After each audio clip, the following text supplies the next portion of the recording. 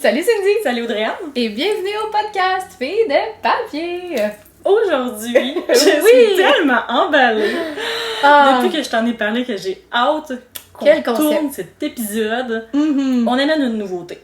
Nouveauté, mais sur des vieilles affaires! Oui! C'est comme un bon mélange! C'est bon ça, On est motivés! Parce que bon, on achète des livres, on se le cachera pas, mais il faut bien les lire un jour, hein? Un jour. Un jour. Et ce jour est... Arrivé! C'est maintenant! Oh! Ben vas-y, explique-nous comment qu'on va faire pour essayer... Parce que là, l'objectif, c'est pas de rendre ça à zéro. Quoique dans le monde idéal, ça serait qu'il n'y en ait plus de liste de livres interminables à lire. Mais l'objectif ultime, c'est de lire nos livres qui dorment dans nos bibliothèques depuis un bon moment. Ouais, exact. Puis c'est... Oui, vas-y. Non, mais tu sais, juste d'avoir une raison, une motivation pour les sortir. Parce que peut-être que de le faire soi-même, c'est un petit peu plus dur. C'est ça que j'allais dire. Parce que je pense qu'il y a des fois où est-ce qu'on les regarde, ils sont bien beaux, mais on est là, au suivant. Ouais. Fait que là, on va la nouveauté prend toujours le dessus. Ouais. Mais il y a peut-être des pépites qui se cachent. Donc, on s'est concocté un petit vocal avec des défis, ou du moins des suggestions, des... Catégories, bon, c'est ça que je cherchais. Des catégories de n'importe quoi. Ben, je pense que ça s'appelle des prompts. C'est clairement le mot en anglais, mais il n'y a pas de variante en français. Ouais, j'essaie de voir. Ouais, ben je pense que catégorie, ça peut le faire. Ce serait l'équivalent le plus près, effectivement, qui va nous pousser à choisir un livre en fonction de cette catégorie-là. Ouais. Évidemment, dans cet épisode, il va y avoir vraiment un grand mash-up de plein de petits bouts de livres pigés. Oui. Puis on va faire un segment dans cet épisode-ci, vers la fin, où on va faire une espèce de retour sur ces vieilles affaires. Ou peut-être pas si vieille, mais en tout cas, sur cette bibliothèque, cette légende qu'est la pile à lire. Fait que là, je te mélange ça, OK? Oui. Tu nous fais l'honneur. Ah, c'est moi qui pige! Ah oui, tu nous fais l'honneur. Fait que vas-y. Est-ce qu'il y a quelle couleur? Le rose ou le mauve? Ah, vas-y, là, avec ce que tu veux. Ah, mais je veux piger un des tiens, je suis curieuse. Celui-ci. Ok, donc les roses sont écrits de ma main. C'est long, il y a 2 lignes, là. Ah ouais, là, vas-y. Une catégorie. Un livre qui nous sort de notre zone de confort. Ouh! Est-ce que t'as déjà un livre en tête? Qui me sort de ma zone de confort, de la non-fiction, peut-être. Ok, est-ce que t'en as? J'ai une biographie. Ah, bon. J'ai aussi un essai. Ok. J'aurais ces deux-là, vite comme ça, là, qui me viennent en tête. Ouais, je pense que... Ok, j'ai hâte de voir. Ouais. De mon bord. Quelque chose. Je pense que ça serait un essai aussi. Un essai, hein? Ouais. On dirait qu'on aime ça, la non-fiction, mais c'est pas ce qu'on va choisir en premier. Non, parce que clairement, on aime ça, on en a acheté. Clairement, c'est ça. Mais ok, fait qu'on s'en reparle. Ouais. Peut-être que notre choix final, ce sera pas du tout ce qu'on vient de dire. À suivre! Puis ça va clairement aussi être peut-être un concept récurrent, périodique. Ouais, on aimerait ça. Une fois de temps en temps. Oui, s'assurer qu'on la diminue, cette pile-là. Oui. Bon, fait que c'est parti. C'est juste un souhait, ça. Hein? C'est pas la réalité. Non, parce que acheter moins de livres, c'est autre chose. Fait qu'on se revoit dans le futur. Bye! Fait qu'on se retrouve environ 1 mois et demi plus tard, je dirais. Environ? Avec notre lecture hors de notre zone de confort. Check! Sortie de la pile à lire. On aime ça. Est-ce que tu veux te lancer ou je me lance? Eh boy, grande question. Ben, on peut commencer... Je peux commencer, vu que je pense que je vais faire le tour assez vite. OK. Puis après ça, on pourrait y aller de ton bord. Est-ce que t'as sorti un vieux de ta part? Ben, en fait... Ben, non, mais tu le sais qu'est-ce que j'ai sorti, parce que je pense que... Non, je savais pas... Ah, OK, bon, mais... C'est une surprise, là. Ah, bon, ben là, je me lance. OK, donc, en fait, ce que j'avais décidé de prendre pour le défi, c'était l'appartement 16 de Adam Neville. Oui. Ah, mais j'avais hâte que tu m'en parles, fait que parfait. On y va, hein? On va faire un petit tour. Bon, fait que c'est ça. Donc, publié avec Brajlon Terreur, le mot terreur devrait être retiré. Ça, c'est ce que j'aurais tendance à dire en premier. Terreur, qui est un peu leur collection horreur. Oui, exactement. Et c'est ça, je pensais comme sortir de ma zone de confort et revenir en fait à quelque chose que je croyais aimer, c'est-à-dire le fantastique horreur. OK. Puis je pense que ça a été comme une espèce de gros moment ou un gros rendez-vous manqué, on va dire comme ça. Fait que tout ce que je pensais aimer du fantastique, tout ce que je pensais aimer de l'horreur, ont été absents. Je comprends. Grande déception, là. Grande déception, puis en même temps, je me dis, je pensais sortir de ma zone de confort, mais j'ai l'impression que je suis juste sortie de mes goûts littéraires. Tu sais, il y a quand même une nuance entre les deux. Si tu veux, je peux te faire un rapide résumé de ce que le livre est. J'ai une question avant que tu Ben oui, vas-y. Est-ce que tu trouves que le livre est mal classé? Dans le sens que s'il avait été classé dans un genre qui lui qui se rapproche un peu plus de son contenu, est-ce que tu l'aurais plus apprécié? Ou si, objectivement, c'était juste pas ta tasse de thé? La question est bonne. Les grandes questions. Ouais, c'est ça, là, c'est la grande question qui me prend au dépourvu, mais je pense qu'il est bien classé. Mais je pense que la manière qu'on tente de vendre le livre n'est pas la bonne manière. Donc, je pense que, tu sais, mettons, quand on parle de fantastique, souvent, c'est qu'on est dans une histoire qui est très réelle. Fait qu'on a l'impression d'être, en fait, dans le quotidien. Puis, bon, c'est dans cet univers-là qu'il y a comme des choses qui sont pas... en fait, qui sont tirées de l'imaginaire qui va venir se rattacher, en fait, à notre réalité ou réel, peu importe comment qu'on nomme. Fait que, tu sais, le fantastique, pour moi, c'était comme ça. Chose que le livre a servi. Fait que je pense qu'on est comme dans le bon genre. Puis, bon, on a rajouté de l'horreur avec l'espèce de côté de surnaturel, de paranormal. Certains mythes reliés aux enfers et comment s'y rendre, comment s'en sortir. Fait que, tu sais, je pense que le genre littéraire était bien ciblé. OK. Mais je crois que la manière qu'on a voulu nous dire que ça c'était bon puis qu'il fallait le lire. Mais la jonction de ces genres-là, je trouve ça quand même audacieux. Oui. Parce que fantastique et paranormal peuvent être très proches l'un de l'autre quand on inclut de l'horreur là-dedans. Mais là, je te laisse nous faire un petit synopsis. Je t'ai coupé, là, mais vas-y, reprends le contrôle. Totalement justifié. Mais en fait, Appartement 16, c'est un appartement qui est inhabité depuis plusieurs décennies pour des raisons bien obscures qui sont de type paranormal. Et là, ce que je dis ici, c'est pas un divulgateur promis. Et cet appartement-là se situe dans un immeuble à Londres, à notre ère, donc dans les années 2015-2020, tu sais, donc ça se veut quand même assez actuel. Et la raison pour laquelle on décide de rentrer dans cet immeuble-là, c'est qu'on suit un personnage qui s'appelle April. Et April, en fait, a hérité d'un appartement voisin. Et en héritant de cet appartement-là, mais elle se rend compte sur place qu'il y a des choses vraiment étranges qui s'y passent.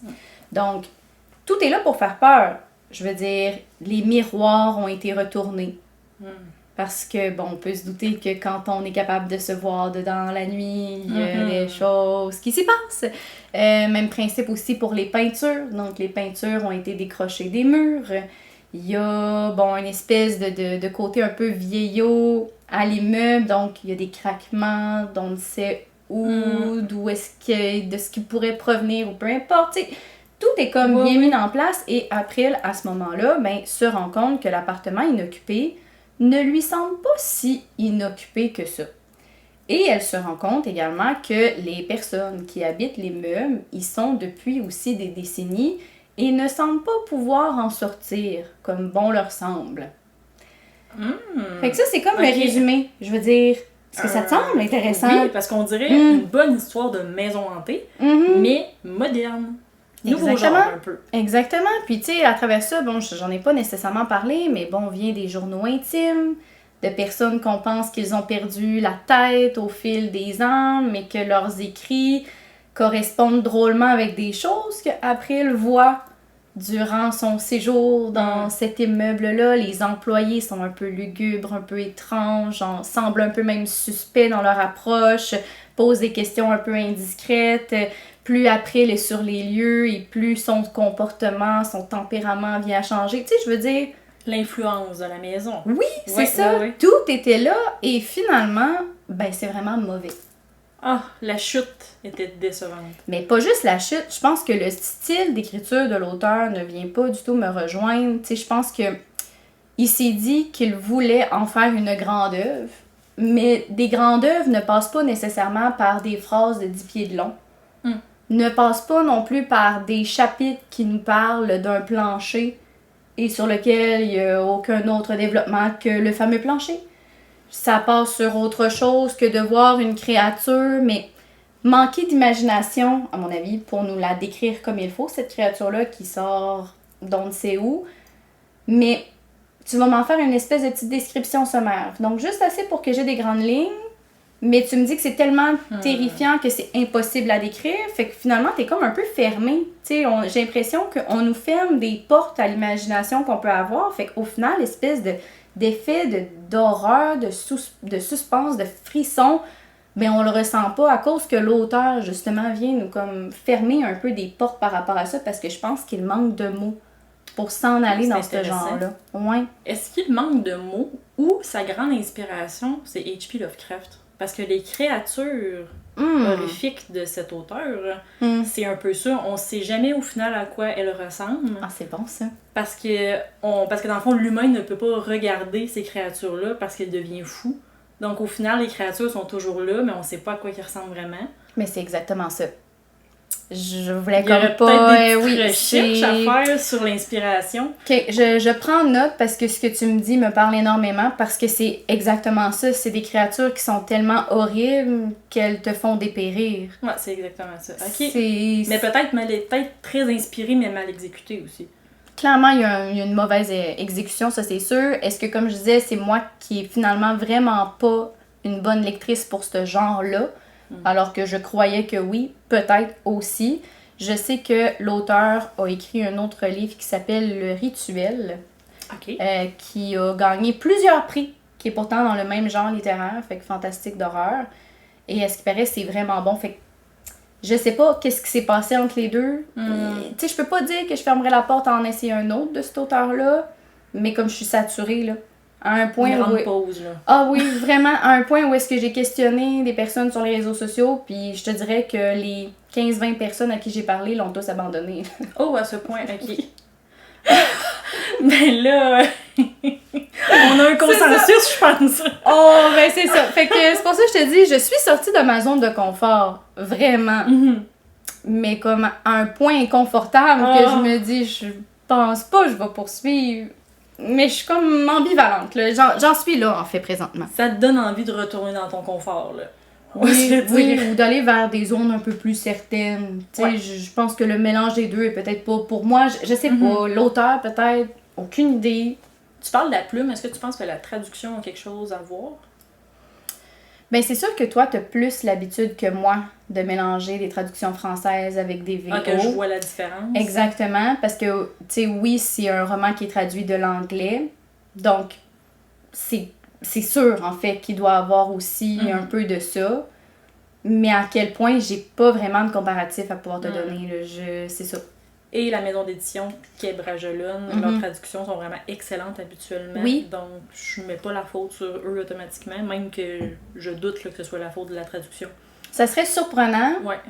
Mais bon, il est difficile à situer. Fait que là, ben, il est sorti de ma pile à lire. Ce qu'on est contente, quand même. Hein, c'était l'objectif numéro 1. Est-ce qu'il va retourner dans ma bibliothèque? Là? Il est comme déposé sur un petit meuble. Un petit ménage! Il attend de savoir qu'est-ce qui arrive de lui, là. Ça fait quelques fois qu'on parle de petits ménages pour Audrey-Anne dans les épisodes. Sujet fermé! Il y a des signes, je trouve. Mais c'est ça. Fait que rendu là, écoute, si tu veux un don, on va te le donner. Tu verras qu'est-ce qu'il y en est, mais c'est ça. Passez mon tour, je pense.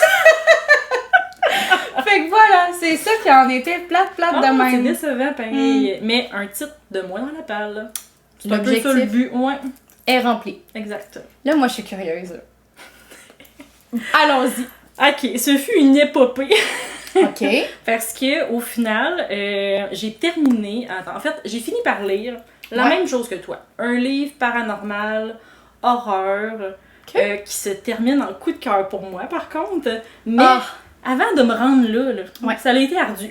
OK. Parce que, bon, sortir de ma zone de confort, pour moi, ça représente des essais. Ça représente des autobiographies ou biographies quelconques. Oui.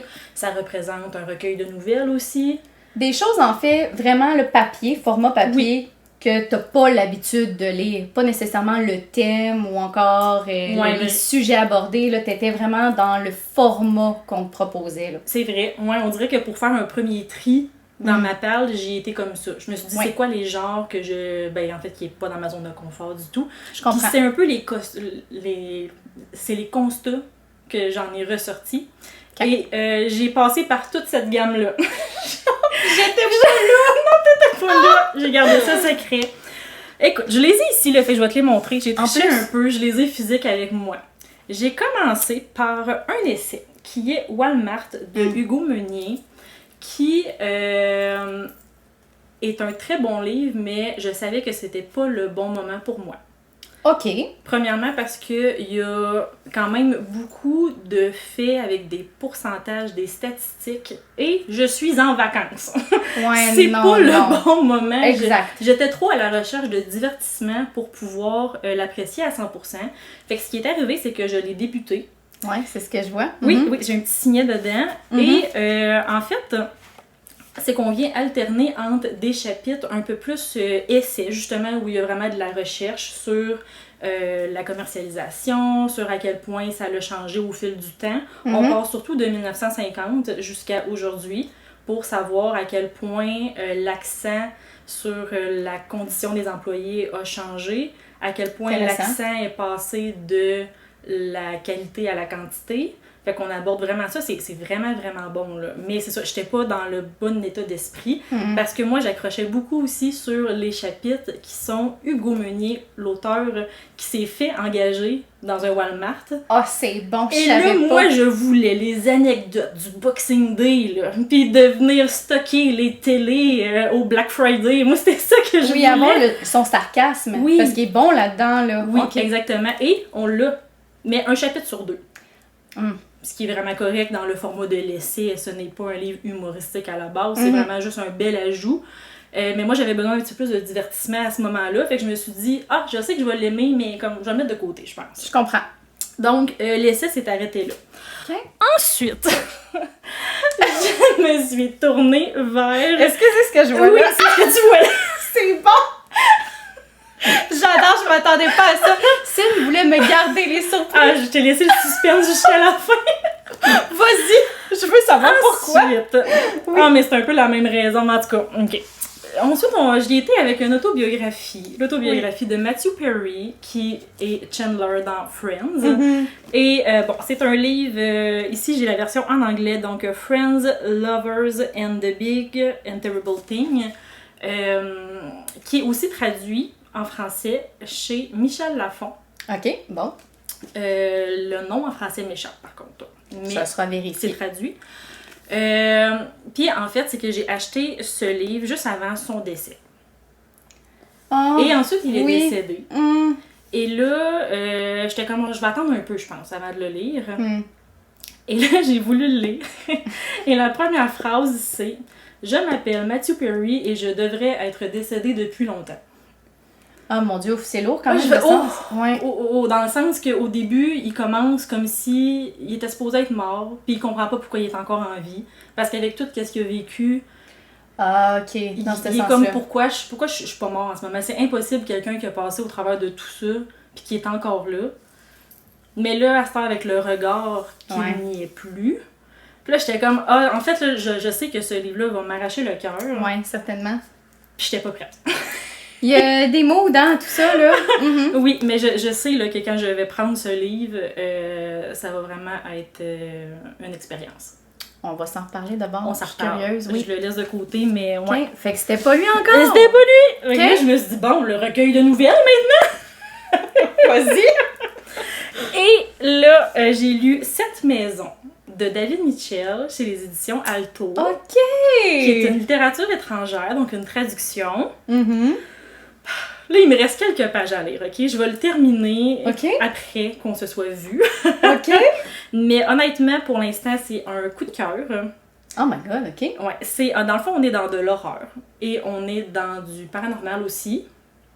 Et cette maison, c'est Slade House. Là, tu vas rire, OK? Parce que mon synopsis ressemble à ton synopsis. Impossible. Je te jure, OK? Et tout ça n'est pas arrangé avec le gars des vues, là. On vous le promet. Ah, c'est bon. OK. Où est-ce que... ça ressemble. C'est incroyable, ça ressemble. Oui, où est-ce que... Bon, Slade House, c'est 2 jumeaux qui habitent à l'intérieur de cette maison. Et on ne peut la trouver qu'une fois aux 9 ans. Et là, les jumeaux invitent quelqu'un à entrer dans leur maison et cette personne-là n'en ressort jamais. Ah, c'est non. Ah, ça... OK! Mais on a un petit concept de maison hantée nouveau genre ici, hein? Tantôt, tu parlais de ton synopsis, puis j'étais comme « Ah, ça va être drôle, ça! » Le concept de surprise. Exactement. C'est ça. Donc là, mais c'est un recueil de nouvelles, je le répète. Mais cette prémisse-là est bonne pour les 5 nouvelles qui sont à l'intérieur, où est-ce que chaque nouvelle, c'est aux 9 ans. Ah, j'adore. Donc, on commence en 1987, si je ne me trompe pas. OK. Et là, ensuite, non, excuse-moi, 1988, donc première nouvelle. Ensuite de ça, deuxième nouvelle, 1997. On fait des sauts comme ça, donc avec les 5 nouvelles aux 9 ans, c'est un livre qui se passe sur un peu moins de 50 ans. Ça fait partie de ma recette parfaite, les livres qui se passent sur de grandes temporalités. On coche! Je tiens à dire aussi que la première nouvelle, c'est un enfant narrateur. Donc, on avait... Double coche! Une double coche! Et ce que j'apprécie énormément avec ce livre, c'est que je trouve que des fois, l'horreur et le paranormal, autant j'aime ça, autant c'est facile d'être déçu, je trouve. Parce qu'on connaît quand même bien ça, peut-être, ce que je t'ai interrompu. Non, là. vas-y. Mais c'est juste que je trouve que c'est quand même des sujets qu'on aborde, ou du moins qu'on voit énormément dans les films et tout, pour nous donner la frousse. Fait que je trouve que des fois, cette ligne-là, entre les deux, est comme peut-être difficile à cerner, ce qui fait en sorte qu'on peut être déçu. C'est vrai, ouais. En tout cas, mais je trouve te laisse aussi continuer. je trouve que dans l'exécution, tu sais, par exemple, je te fais un parallèle avec peut-être un livre au niveau des genres de fantasy et de romance, où est-ce que mon appréciation va se situer à est-ce que les événements dans le livre m'ont plu? Ouais. Tandis que dans l'horreur et le paranormal, même si les événements sont intéressants, si j'ai pas ressenti la tension, si j'ai pas été stressée, si j'ai pas eu peur, ben c'est un flop. Ouais. Fait que j'ai l'impression qu'il faut vraiment que l'exécution soit sharp pour que j'apprécie vraiment. Et là, je reviens à ce livre. Vas-y. Où est-ce que il y a quelque chose aussi avec l'espace-temps qui fait en sorte que des détails de la première nouvelle viennent avoir des répercussions sur la deuxième et là, des répercussions sur la troisième. Fait que là, il y a un petit quelque chose comme ça qui m'a vraiment plu. Et autre chose aussi par rapport à l'horreur et le paranormal qui vient cocher avec ce livre-là, c'est que je trouve qu'avec ces genres-là, on va souvent explorer, tu sais, les rêves, les hallucinations. Ouais. Puis je trouve que c'est facile de s'y perdre en tant que lecteur et là de se dire, mais là je suis dans un rêve. Là, est-ce que le personnage hallucine? Souvent, j'aime pas ça, moi. C'est la réalité. Je le sais plus. Puis là, c'est mélangeant. Oui, puis au final, si tu me dis que ce n'était qu'un rêve, t'es là. Ah ouais, non. Tout ça pour ça. Non, exactement. J'ai de la misère avec ça. Mais dans ce livre-là, ce que j'ai vraiment aimé, c'est que j'avais l'impression que les personnages étaient aussi mêlés que moi. Et ils le nommaient. Voyons, je suis dans un rêve. Est-ce que j'hallucine? Non, j'hallucine sûrement pas parce qu'il y a tel élément. Mais peut-être que j'hallucine parce que ça. Fait que les réflexions que je me serais fait en tant que lectrice, le personnage m'accompagnait là-dedans et poussait ma réflexion aussi. Ce qui faisait en sorte que, tu sais, toutes les thématiques, justement, de rêve étaient vraiment moins irritantes. OK, je prends note. Donc, je ne peux que conseiller ce livre. C'est ça, il me reste quelques pages, mais honnêtement, c'est un 5 étoiles à date. Oui, puis je veux dire, j'ai l'impression, en tout cas, à t'écouter parler, que dans le 5 étoiles et dans la manière que tu me parles, on va dire, des différentes, je vais dire, temporalités, là, fait que les différents passages dans le temps, ça me donne un peu une impression comme si la maison est un personnage en soi qui agit un peu sur les événements. Je l'ai pas lu, le livre, là, mais on dirait que de la manière que tu m'en parles, On dirait qu'il y a comme de quoi de suspicieux. Ah, c'est le personnage principal. Slade House, c'est le main character. Ok, mais je pense que tu viens de me créer un besoin. Puis honnêtement, les avis que j'ai vus sur ce livre ne sont que positifs. Ok. Je l'ai acheté parce que j'ai vu Stéphanie Prince en parler, puis c'était vraiment un bon coup de cœur. Oui, on met ça ici. C'était vraiment un coup de cœur, si je me trompe pas, pour elle. Puis ça a comme piqué ma curiosité. Puis ensuite de ça, je me le suis procuré. Ben, je suis tellement contente pour toi que ce soit une retombée positive. Réussite! À l'inverse de moi, c'est comme... Mais non, mais je veux dire, on a comme le même genre littéraire qu'on a finalement choisi aux antipodes quand même dans notre... Vraiment. C'est le fun! Oui! Ok, bon, fait que moi, invité, toi y aller. J'adore! Et même, j'ai le goût de dire, les gens qui auraient lu Oniria de Patrick Sénécal vont vraiment aimer ce livre. Ok. Même, je dirais, meilleur. Fait qu'on a comme une espèce de... Parce que, tu sais, dans Oniria, on a un peu cette espèce de sensation de se perdre dans la maison, d'avoir des détours un peu cachés, ou est-ce qu'il y a des choses qui nous attendent un peu dans l'ombre. Donc, on est servi, là, avec ce genre de nouvelles-là. C'est ce livre, moins la violence. Ce qui est correct. Parce qu'il était très gore, Oniria, là. Oui, puis horreur n'est pas synonyme de gore, tant qu'à moi. Non. Fait que c'est parfait. Exactement. Fait que... Trop contente, une réussite! Vraiment. Fait que je prends note. Fait qu'autrement dit, ça va faire partie de mes prochains achats. Tu me convaincu. C'est sûr avec ce que t'en dis que c'est mon genre. Le pire, là, c'est que je crois que ce livre fait partie des sélections à petit prix chez les éditions Alto. Je sais pas par contre si c'était pour un temps limité, mais je l'ai toujours vu à 18$. Elle nous vend le rêve, là, la gang. Elle nous vend le rêve. Ok, ben c'est clairement, on le prend en note. Oui. Parfait. Fait qu'on va faire un petit aller à la librairie puis on regardera ça. Parfait. Super. On pige notre prochain. Yes. Hey, c'est vrai, j'ai quelque chose à dire par rapport à ça. Vas-y. Tu sais, on se demandait catégorie, comment qu'on appelle ça. Oui. Puis là, j'avais dit, en anglais, les gens appellent ça des prompts. Oui, t'as en tellement français, de bonne mémoire. Oui. c'est un incitatif. Mais là, c'est trop compliqué. Catégorie, ça va, mais je voulais quand même glisser ma petite information. Pour vrai, là, c'est comme la mémoire dans notre duo.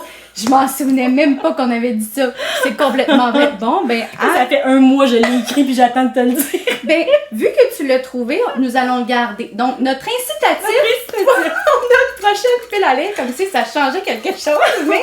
C'est à ton tour de piger. Ah, c'est moi qui pige! Ah, ok. Aussi. Regardez ça. C'est quand même stressant. Ben oui, parce qu'on espère toujours que ce soit genre des bons choix qui vont nous inspirer. Est-ce qu'on garde un rose? Ou tu voulais qu'on essaie? Oui? Oui. Ok, bon, parfait. Le prochain, ça sera le mien, oui. Ok, bon. Donc, je déplie. Qu'est-ce que ça va être? Oh! Ah, ça, je pense que je suis contente. Ah ok, ouais? Ok. Oui. Donc, on doit y aller vers un livre qui porte sur le thème des secrets. C'est large! C'est large. Secret. Ouais, j'adore. Je trouve qu'on peut vraiment y aller avec plusieurs genre types de choses. là. Libre à toi. Ok. Libre à toi, Faut que ma je chum. l'interprète comme j'en ai envie. Comme t'en as envie. Moi, je pense que ça peut être autant sur le récit comme tel, sur un personnage, sur l'intrigue finale, pourquoi pas. On dirait que les thématiques qui me venaient en tête, c'était un peu au niveau des trailers, peut-être comme des disparitions, plus c'est un secret de... Écoute, amuse-toi. Je vais On m'amuser. va fouiller. Ok, donc si jamais vous voulez participer avec nous, voici la prochaine catégorie. Vous viendrez nous en reparler. Donc voilà pour ça. Fait qu'on s'en va lire ça. Puis on se revoit plus tard. Fait qu'on se retrouve un peu moins de 2 mois plus tard. On est bonne cette fois-ci quand même. On était assidus. Avec notre lecture sur la thématique des secrets. Puis là, on s'était dit que ça pouvait prendre quand même plusieurs formes. Le secret. Ce qu'on voulait. Exact. Puis là, j'ai le goût que tu commences. Parce que la dernière fois, j'ai terminé. Fait que là, on va alterner comme ça. Ok, donc, parce que là, on s'est gardé justement le secret. On ne s'est rien dit. Non, je sais pas c'est quoi. Je vais quand même préparer mon téléphone. Des fois que t'as même pas une idée de ce que j'ai lu. Ok, j'ai jamais vu ce livre-là. Là. Ben, peut-être que oui, là, mais je suis comme tombée dessus par hasard à un moment donné en allant dans une librairie. Puis le synopsis me parlait. Je l'ai pris, mais honnêtement, je peux pas dire que je l'ai vu vraiment sur les réseaux sociaux. Fait c'est que bon, tant ça. mieux. Oui! Fait que c'était aussi un secret de savoir le livre était-tu bon ou pas. Exact. Puis en plus, c'était un premier pour moi de cet auteur, parce que c'est un homme. Donc, c'est ça. Je laissais la chance à la surprise de mon côté. Donc, je suis curieuse. Vas-y. J'ai lu en fait Le Chant des Innocents. Et le nom de l'auteur, je te le donne parce que c'est une traduction italienne. Son prénom, c'est Pier Giorgio. Le nom de famille, Puligzi. Puis je peux-tu voir un visuel maintenant? Exact. Ah, par Gail Mester. Ok, je suis curieuse. Donc, ça semble être à peu près rien quand tu le regardes. Moi, j'ai lu la version, en fait pas la version, mais plutôt l'édition avec Totem. Et on a un amour pour les pages couvertures de chez Totem, ce qui fait en sorte que c'est, je pense, ça, en fait, là, qui m'a vraiment comme interpellée dès le départ. Et la qualité de la traduction, je dirais aussi. Exact. C'est présent. Si tu veux, on va vous la mettre, là, on fait pour bien voir. Ok, parfait. Mais je trouvais, bon, au niveau du mystère, ça me semblait comme intéressant et tout. Fait que c'est la raison pour laquelle je l'avais pris. Puis, je me suis dit qu'un roman policier, au niveau des secrets, normalement, c'est soit une réussite ou c'est un échec cuisant. Puis, j'avais envie de laisser la chance à un auteur italien, chose que j'ai connue avec Donato Caridi, qui a été un énorme coup de cœur. Oui. Et on le sait, si vous avez écouté celui de la recette parfaite comme épisode, j'en parle aussi de long en large. Mais c'est ça, j'avais envie d'essayer autre chose et ce fut une réussite. Ah, pour vrai? Oh, je suis contente! Vraiment! Parce qu'on se rappelle que c'était un échec cuisant juste avant. Exactement. Fait que là, on vient comme échanger les rôles dans ce cas-ci, de mon côté du moins. Donc, avant que tu te lances, oui.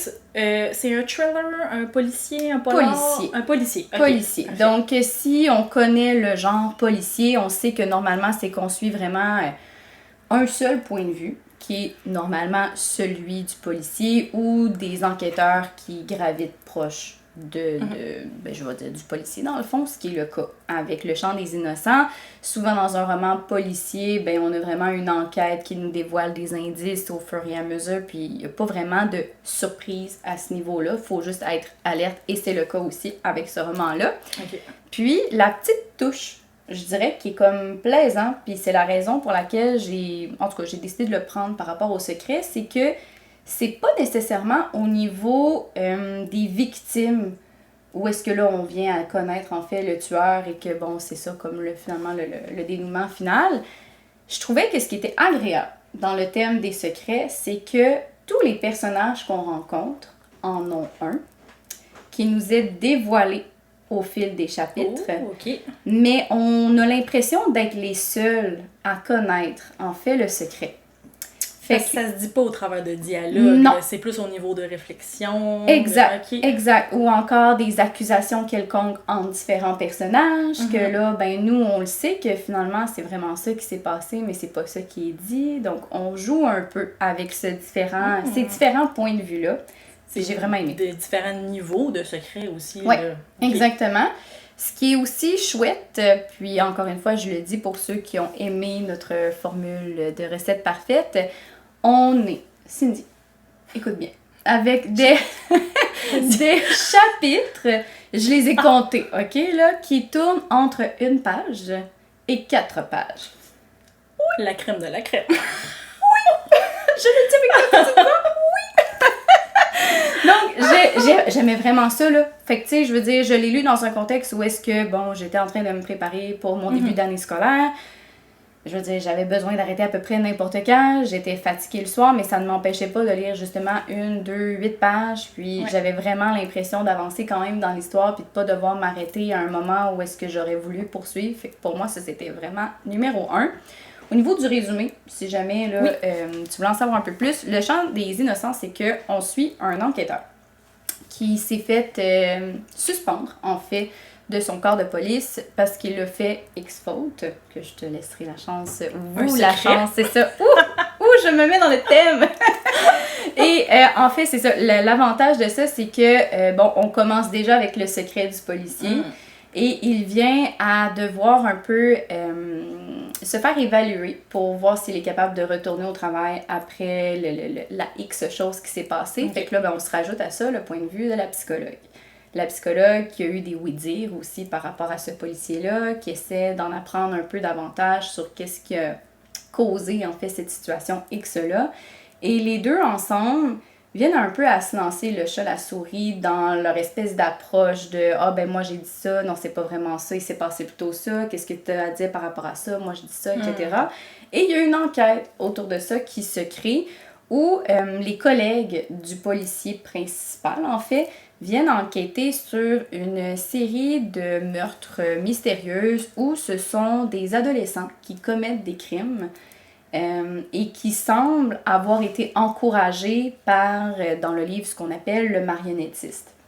Donc, on vient en plus à découvrir le secret de chacun de ces adolescents-là sur les raisons qui les ont poussés à commettre ces crimes qui sont de différentes notions, mais qui résultent quand même toujours au meurtre.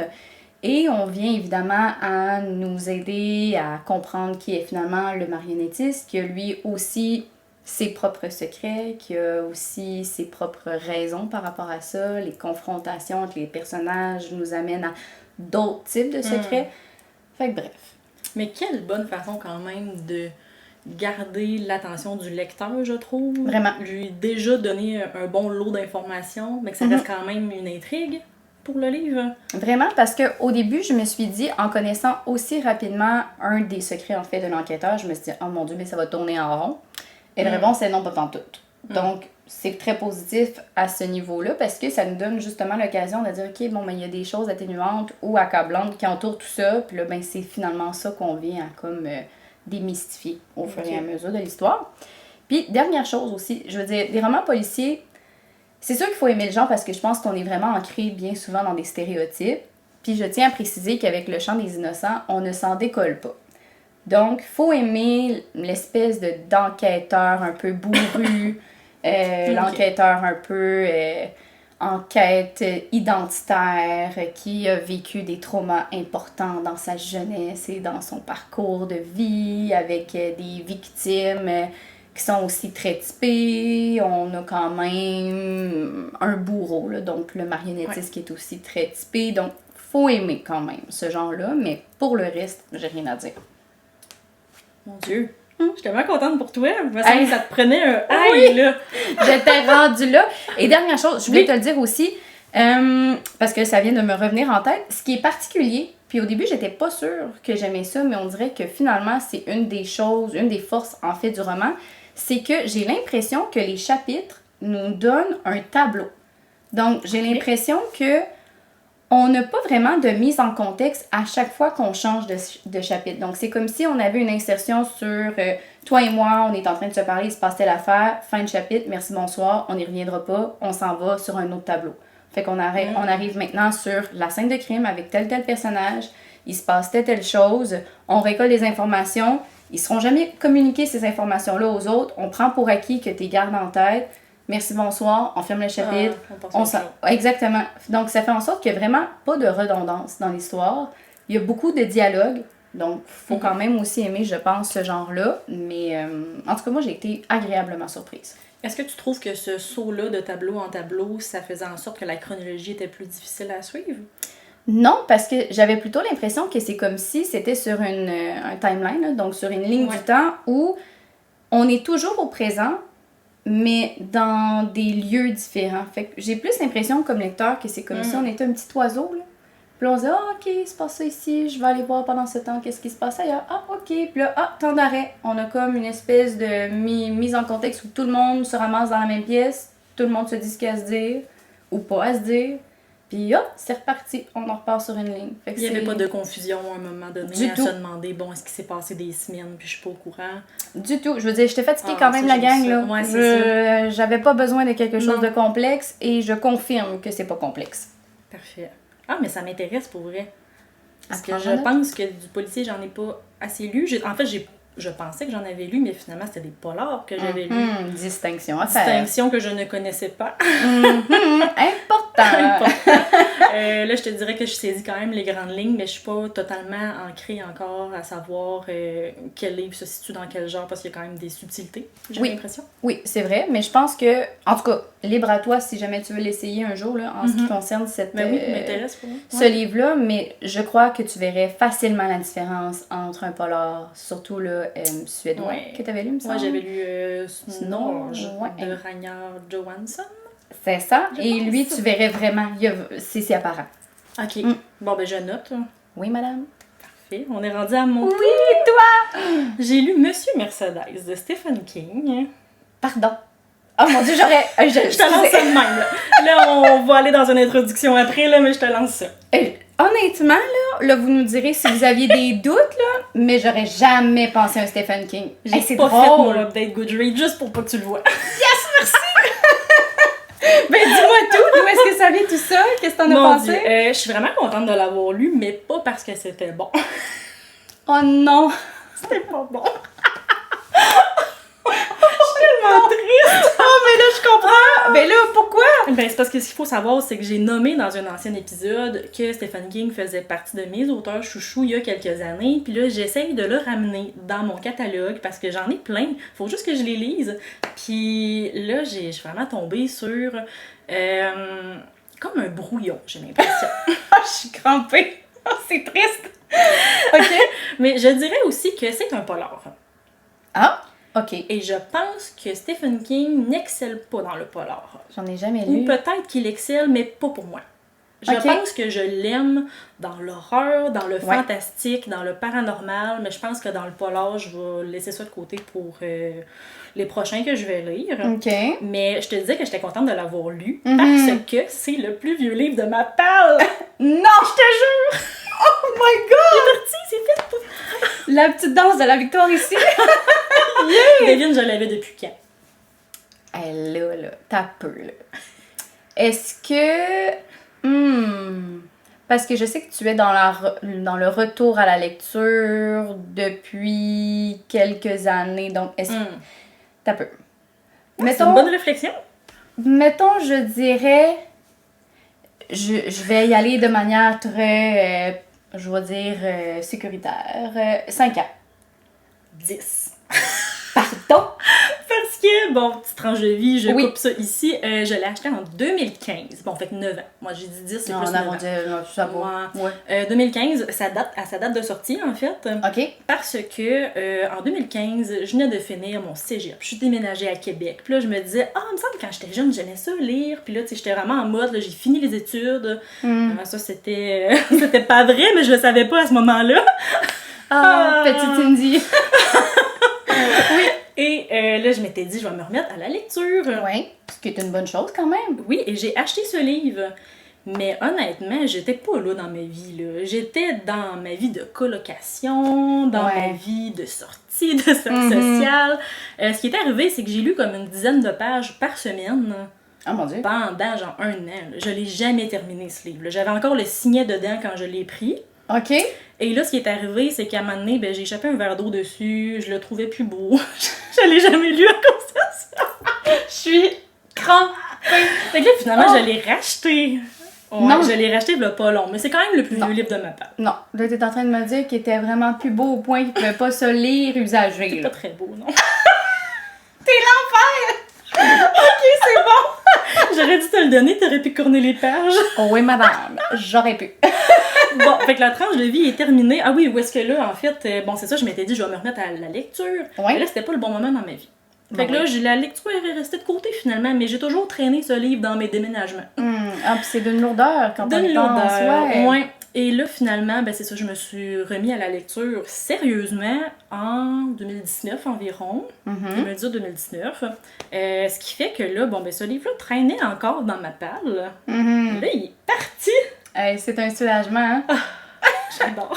La question, c'est est-ce qu'il va demeurer dans ta bibliothèque? Je pense que oui, parce que dans ma tête, King, c'est un peu une collection que j'en fais. Ouais. Mais pour l'histoire, pas vraiment. OK. Puis là, tu me dis polar, puis on dirait que dans ma tête, honnêtement, je suis peut-être vraiment pas bonne là-dedans, mais je ne pensais même pas que Stephen King en faisait. Oui, mais je pense que c'est quand même récent, parce que cette série-là, c'est une série, mais dans le plus. fond, c'est pas... comment je dirais ça?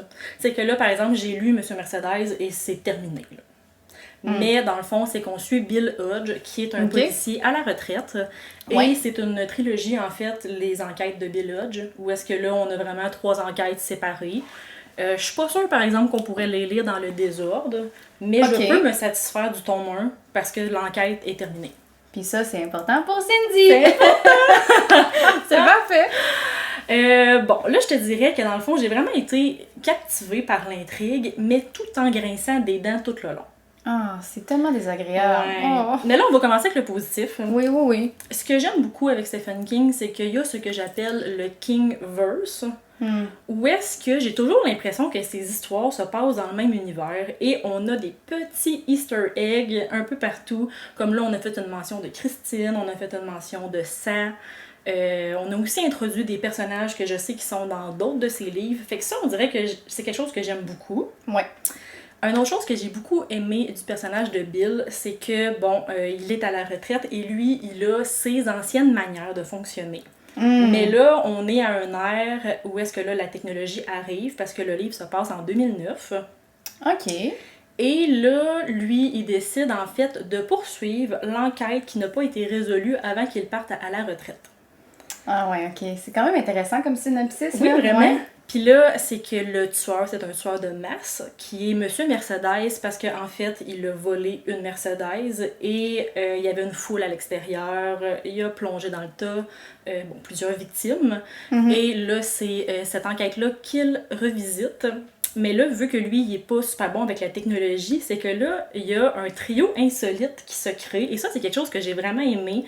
Où est-ce que là, il recrute son petit voisin qui est super bon avec la technologie. Puis il recrute une autre femme qu'il rencontre sur sa route, une femme qui a des problèmes de santé mentale. Ce qui fait en sorte que c'est vraiment un trio éclectique, je pourrais dire. Improbable, mais comme il se complète finalement. Oui, vraiment. Okay. Fait que ça, j'ai adoré ce trio-là. Mais où est-ce que ça n'a pas fonctionné? C'est que c'est un livre qui est très long. Pour pas grand-chose au final. C'est comme un 700 pages. C'est long, hein? Oh, c'est long. C'est un projet rendu là. C'est un projet. Et en fait, c'est vraiment tout frais, que je l'ai fini ce matin. Fait que là, je t'en parle à chaud. Mais c'est ce que j'allais dire, on est à chaud! On est à chaud! Où est-ce que tout le long, je me suis dit, il y a quelque chose avec les dialogues qui me titillent. Mais j'arrivais pas à mettre le doigt dessus, mais j'étais comme, c'est pas crédible, c'est malaisant. Puis à un moment donné, je me suis demandé, est-ce que c'est la traduction? Ah, peut-être. Peut-être. Ouais. Parce que ce livre-là est en format poche chez le livre de poche. Et je sais que la traduction française de cette maison d'édition-là, c'est pas un français international. C'est un français qui est très ancré sur l'Europe. Ouais, avec les expressions, ouais, c'est ça. OK. Oui. Fait que là, je me suis dit, est-ce que c'est ça qui me dérange au final? Et là, tantôt, j'ai été voir un avis Goodreads. Et cette personne-là avait mis le doigt dessus. Et le problème, la gang, ce n'est pas la traduction. C'est le fait que quand un des personnages pose une question fermée, là, qui se répond par oui ou par non, là, ben, l'interlocuteur qui va lui répond à la question, mais répond aussi à des questions qui n'ont pas été posées. Oh non. Oh non. Je veux dire, juste cette personne-là, dans la vraie vie, m'est insupportable. Mais c'est ça, là. C'est comme si je te demandais, as-tu été travailler hier? Puis là, tu me dirais oui, puis demain, je vais manger du spaghetti. Tu sais, aucun lien, là, mais tu m'as répondu, mais tu as rajouté des informations. Non sollicitées. Non sollicitées. Fait que ça crée des dynamiques bizarres. Ennuyantes. Ouais. Ah oui. Puis la dernière chose qui m'a vraiment, en fait, fait grincer des dents tout le long du livre, c'est que c'est un récit très vulgaire. Où est-ce qu'il y a beaucoup de propos racistes, il y a beaucoup de commentaires sur le poids des gens, il y a beaucoup de commentaires déplacés par rapport à la santé mentale.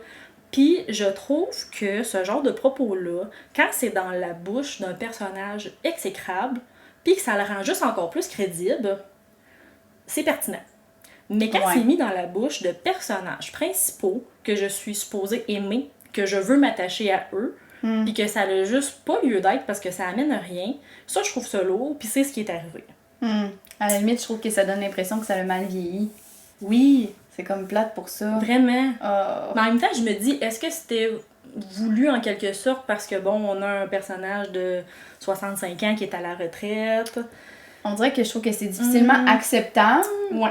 Peut-être justifiable, mais ouais, ok. Mais rendu là, on dirait que ça vient vraiment créer, c'est ça, une barrière, je comprends. Ouais, puis je me suis pas attachée au personnage à cause de ça, mais l'intrigue et l'enquête est intéressante. Ok. Mais l'exécution du polar de King, je pense que c'est pas pour moi. Ben, je pense qu'on a comme fait le tour d'un King ici où est-ce que je me dis, tu me le vends bien, malheureusement, sur, on va dire, le résumé. Ouais.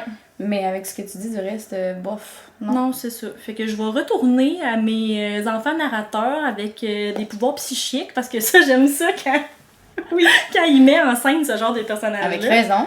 Fait que je vais retourner à mes anciens amours, puis les polars, la prochaine fois, je vais passer tout droit. Oh, déçu par exemple. 700 pages pour ça.